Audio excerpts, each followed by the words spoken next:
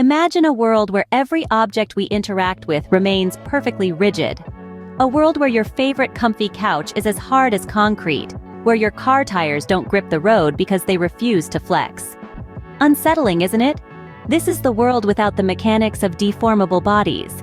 Understanding the mechanics of deformable bodies is like peeling an onion. It's a layer-by-layer process, each one revealing a deeper truth about the materials that shape our world. Firstly, we delve into the concept of stress.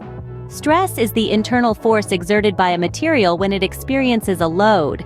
It's the reason why a rubber band stretches when you pull it, and why a steel beam bends under weight. Stress is the language that materials use to tell us how they're feeling. Next, we explore strain, the response of a material to stress.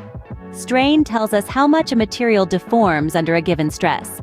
It's the degree of deformation per unit length. So when that rubber band elongates or the steel beam curves, that's strain at work. Then we come to the relationship between stress and strain, encapsulated in a material's modulus of elasticity.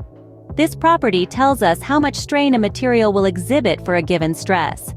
A higher modulus means a material is more resistant to deformation, like diamond, while a lower modulus means the material is more flexible, like rubber. Finally, we examine the principle of superposition. This principle tells us that the total deformation of a material is the sum of the individual deformations caused by each load. It's like adding up the individual weights of passengers in a car to get the total weight. In the world of deformable bodies, these four concepts, stress, strain, modulus of elasticity, and the principle of superposition, are the pillars that hold up our understanding.